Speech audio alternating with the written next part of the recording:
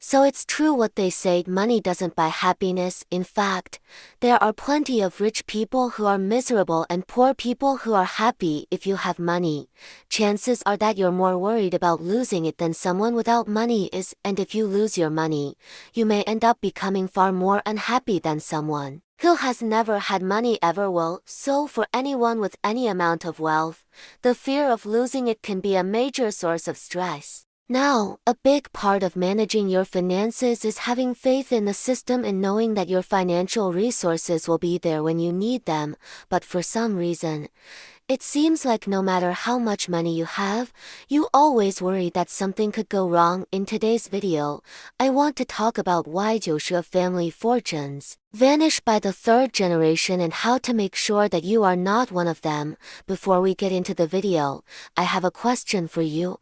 What do you think of when you hear the phrase rich family? You might think of the Rockefellers, but did you know that the Rockefeller fortune was completely depleted by the fourth generation? Or how about the Vanderbilt family? By the time the fifth generation rolled around, they were completely wiped out. Same with the once multi-billion-dollar Hershey chocolate fortune. Even the family of Walmart founder Sam Walton have seen their wealth drop from over $1 billion in the early 2000s to just $14 billion today. So that begs the question, what happened to all the money? Well, this is not just some random phenomenon. This is actually a pattern that has been observed and studied for decades. In fact, according to the Federal Reserve, only 2% of millionaires maintain their wealth for 3 generations, and this statistic only gets worse the higher up the income ladder you go. For example, 30% of those who make between $1 million and $1 million per year see their incomes maintained for 3 generations, but that drops to just 2% of those who make more than $1 million per year. So clearly, there is a massive shift in wealth across generations, especially among the super wealthy. But why? Well, first off, let's just get the obvious out of the way. A lot of times the second and third generations of wealthy families don't have to work at all to make money. In many cases, they simply inherit assets from their parents and live off the dividends and interest that these assets generate. Now, it's not necessarily a bad thing to be able to live off of dividends and interest payments. In fact, it's usually a smart idea. The problem though is that if you aren't working, you're probably not developing skills and adding value to the world, and if you aren't adding value to the world, it's likely that you will eventually fall behind.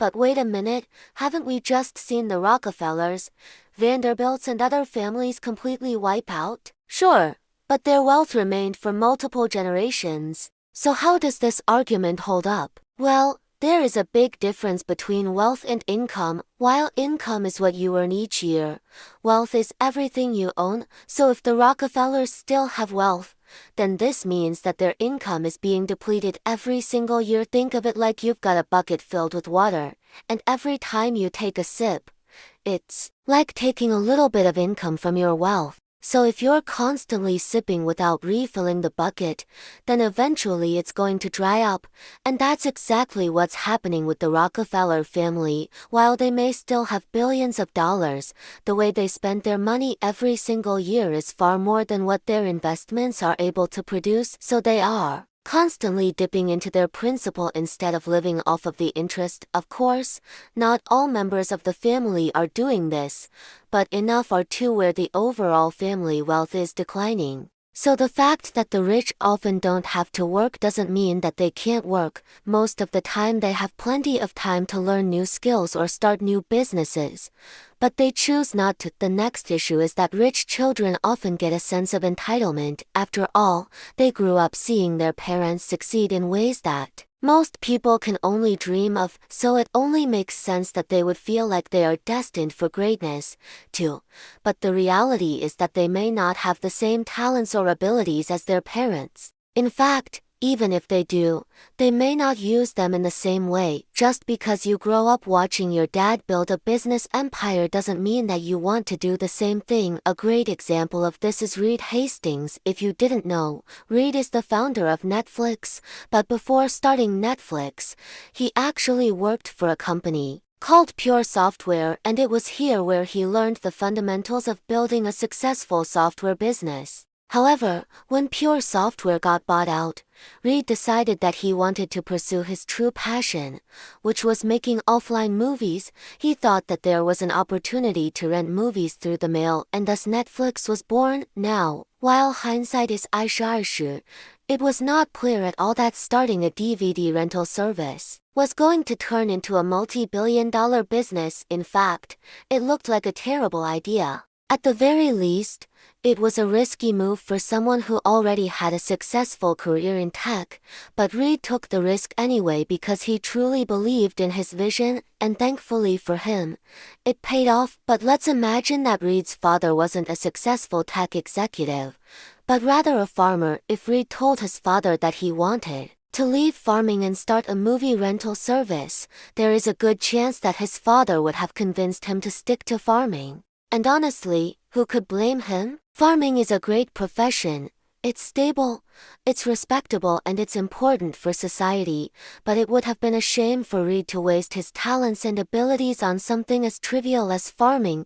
Even though farming is far from trivial, the point is that if Reed's father was a farmer, then it's very unlikely that he would have started Netflix, which means that he wouldn't have become a billionaire. So while it's great to grow up around successful people, it can also be dangerous if you let their success define you. You see, when you let your parents' success define you, you're essentially saying that you're not good enough just the way you are. Instead, you need to constantly live in their shadow and try to meet their expectations in order to feel accomplished. But here's the problem: their expectations are not realistic. Your parents are only human after all, and no matter how talented and successful they are still limited by the constraints of being human. But you, on the other hand, are limitless. You have the potential to accomplish so much more than your parents ever did, and you should strive to reach that potential instead of trying to meet your parents' unrealistic expectations. And finally, the third issue is that rich children often get involved in risky behavior. When you have money,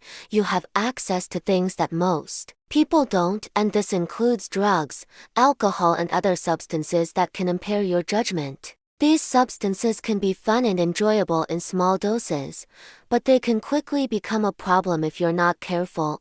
There are countless stories of rich kids who got hooked on drugs or alcohol and ended up wasting their lives away. For example, John Katzimatit's father was a billionaire who founded the shipping company Eastern Seaboard Associated. Unfortunately, John ended up squandering his father's fortune and became a drug addict. Eventually, his father cut him off, but John continued to live a life of luxury by scamming people. For example, he forged his father's signature to steal $100 million. He then used this money to fund an extravagant lifestyle. He threw huge parties, bought expensive cars and clothes, and traveled all over the world. But as you can imagine, this kind of lifestyle is not sustainable. Eventually, his scams caught up to him and he was sentenced to 20 years in prison. Clearly, John made some terrible mistakes in his life, but it's hard to imagine that he would have done all of this if he wasn't rich. If you enjoyed this video, check out another video I made on the downsides of being rich. Until next time, I'll see you guys on the next one.